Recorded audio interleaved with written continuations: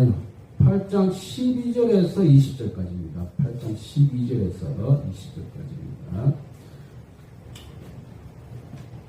너희들 여기 예배 드리려면 여기 앉고 예배 안 드리려면 나가야지.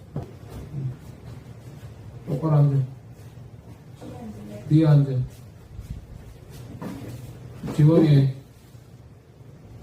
지원아 여기 앉아. 아니면 앞에 앉아.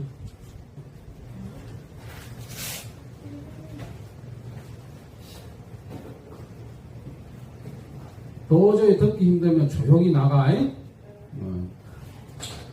지난주에 천국에 소유한 어린아이란 모습으로 말씀을 전했습니다. 어린아이 모습은 부모에게 의지할 수밖에 없는 존재, 부모에게 순종할 수밖에 없는 그 존재에 대해서 천국을 소유한다라고 말씀드렸습니다. 어린아이의 버릇없는 모습, 어린아이의 이기적인 모습, 그 모습이 아니라 그 가정에서도 의존할 수밖에 없는 그 존재에 대해서 말씀을 드렸습니다. 자, 8장 10절에서 11절 주의하라, 조심하라, 얕잡아 보지 말라라고 말씀합니다. 누구요? 어린아이들. 이 얘기는 우리는 서로에 대한 가치를 인정하고 귀하게 대하도록 명령받았다는 겁니다. 그런데 오늘날 모든 사람들, 세상에 사는 사람들, 그리고 중등부, 고등부, 중고등학생마저도 인격적으로 인간의 가치 존중에 대해서 대하는 것이 아니라 이용 가치에 따라서 대한다는 거예요. 그러니까 청소부 아줌마를 의심여기고 청소 아줌마를 함부로 대하고 노동자를 함부로 대하는 이유가 이용 가치가 있느냐 없느냐에 따라서 사람을 대하기 때문에 이런 문제가 생깁니다. 왜? 이는 얕잡아 보지 마라. 어린아이는 너무나도 연약한 존재이기 때문에 이용 가치가 하나도 없어요. 그런 어린아이를 봤을 때 어른들은 얕잡아 볼 수밖에 없다는 거예요. 그러나 하나님 믿는 사람, 예수 그리스도를 구원자라고 믿는 사람은 절대 어린아이를 얕잡아 보지 않는다는 거예요. 어떻게? 인간 가치, 존중의 가치로 보기 때문에. 8장 12절. 양 100마리와 이른 양 1마리에 대해서 말씀하고 있죠. 양이 길을 잃은 것은 성도가 하나님의 자녀로서 합당한 의로운 삶에 벗어나 죄에 매인 것을 의미합니다. 즉 하나님의 말씀대로 하나님의 뜻대로 살아가는 것이 아니라 아이씨 싫어 내 멋대로 살 거야. 돈 좀 벌고 세상 절것 다 즐기고 나 그렇게 살 거야 하면서 하나님 믿던 사람이 빠져나가는 것이 길 잃은 양의 1마리를 의미합니다. 이 잃어버린 1마리 양의 비유는 우리에게 남아있는 99마리 양보다 잃어버린 1마리 양에 초점을 맞춘 것은 좀 어느 정도 과장이 섞여 있는 본문이라고 보시죠. 그러면 이 잃어버린 어린 양에 대해서 예수님이 어떤 의도로 이를 말씀하셨는가? 예수님의 의도는 죄를 범한 성도가 하나님 보시기에 나머지 다른 성도들보다 덜 귀하다는 것을 그런 오해를 싣기 위해서 이런 양을 설명하고 있다. 교회 안에서 범죄를 저지르고 잘못을 저지른 사람은 하나님의 관심에서 떠나버렸다. 이런 오해를 싣기 위해서 잃어버린 양 1마리를 설명하고 있다는 거예요. 실제로 하나님께서는 모든 성도들을 동등하게 여기십니다. 이러한 강조는 또한 하나님 아버지의 은혜에 대한 관심을 이끌어냅니다. 하나님께서는 자기 소유의 양을 직접 찾아다니시며 비록 하나님을 배반한 사람이라도 그를 구원하신다는 사실을 온 세상에 알리기 위해서 이 말씀을 하고 있습니다. 얼마나 사랑하느냐? 얼마나 하나님을 배반한 사람을 사랑하고 있느냐? 99마리 양을 남겨두고 길을 떠나는 거예요. 또 험악한 산악지대를 두루 다녀야 돼요. 양을 찾을 때까지 부지런하게 끊임없이 돌아가는 것이 하나님의 사랑이라. 18장 13절 진실로 너에게 이런 만일이라는 낱말이 나타나요. 불확실성. 이 말은 양을 찾는 결과가 확실하지 않음을 의미하는 거 잘 알고 있죠.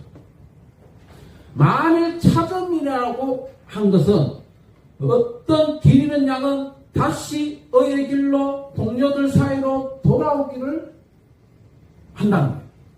그러나 어떤 양은 자기 길을 고집하다 다른 양들에게 떨어져 하나님 아버지께 멀어지고 자기 파멸에 빠지는 것을 만일 찾음이라는 거예요. 찾는 양도 있고 못 찾는 양도 있다는 거예요. 성도를 다시 찾는 길, 길 잃은 양을 다시 찾는 것, 예수님을 믿지 않는 사람을 다시 불러가지고 예수님 믿게 하는 것, 이것만큼 하나님이 사랑의 표현이 없다는 거예요. 가장 기뻐한다는 거예요. 그런데 99마리, 길에는 한 마리 똑같이 사랑한다는 거예요. 18장 14절 이와 같이 작은 자 중에 하나라도 이런 것을 하늘에 계신 아버지의 뜻이 아니니라. 지난주에 이걸 설명하는데 다음 주에 설명하도록 하겠다라고 말씀드렸죠. 길 잃은 양은 구원을 받은 자가 구원을 계속 유지하는 것이 아니라 끊어버리고 다른 데 간다는 의미로 얘기했습니다. 그러면 우리가 알고 있는 구원, 한 번 구원은 영원히 간다라는 것을 얘기하고 있고 들은 적도 있습니다. 물론 배교, 구원받은 자가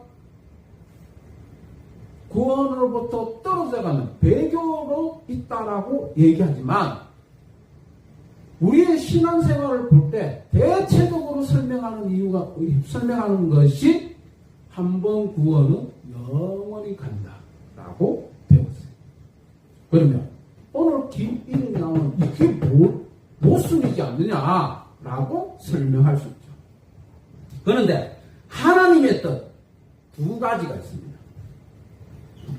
하나님의 뜻, 하나님의 섭리, 하나님의 계획이 두 가지가 있습니다. 하나는 허용적 의지, 또 하나는 너무나 잘 알고 있죠.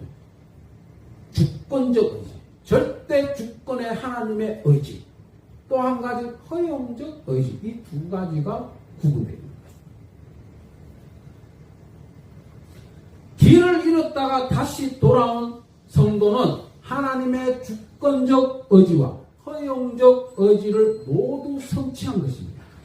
반면 돌아오지 않는 성도는 하나님의 주권 의지 가운데 담겨있는 완전한 지혜는 성취되었지만 하나님의 허용적 의지의 바람은 무산됐다는 거예요. 즉 허용적 의지, 즉 하나님이 소망하는 것, 하나님이 바라는 걸 얘기하는 거예요. 근데 하나님이 바라고 하나님의 소망하는 걸 길 잃은 양은, 어떤 길 잃은 양은 그걸 안 했다는 얘기예요. 어떤 이는 저는 이것을 성도가 자기 구원을 잃어버릴 수 있다는 의미로 해석합니다. 그러나 만일 우리가 성도의 구원의 확실성을 논박할 수 있느냐? 구원의 확실성에 논쟁을 할 수 있느냐? 없다는 거예요. 그거는 하나님만 안다는 거야.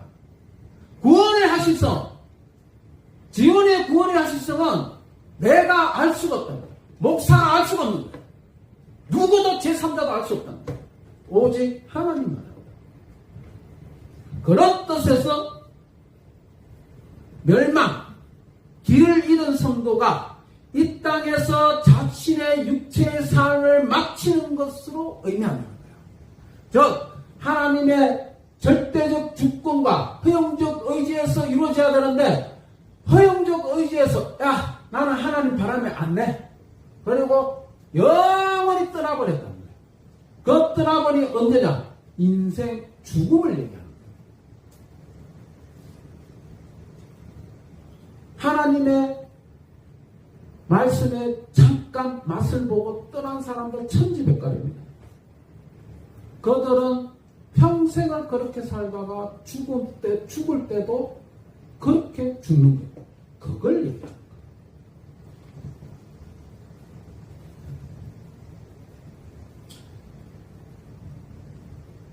이것은 베드로후서 3장 9절 주의 약속은 어떤 이들이 더디다고 생각하는 것 같이 더딘 것이 아니요 오직 주님께서는 너희를 대하여 오래 참으사 아무도 멸망하지 아니하며 다 회개하기에 이르기를 원하노라고 말씀하고 있습니다.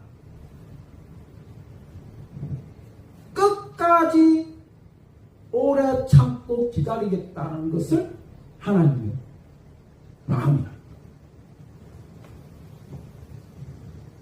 그런데 어떤 기린 양 한 마리는 그걸 외면한다.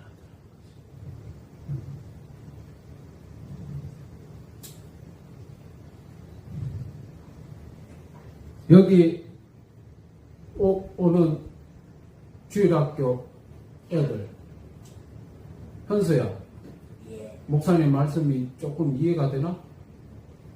영훈이는 전혀 안 되죠. 솔직해서 좋아. 그리고 중동부 애들 길을 잃을까 싶은 노심초사하고 약간의 하나님 말씀의 맛배기를 봤는데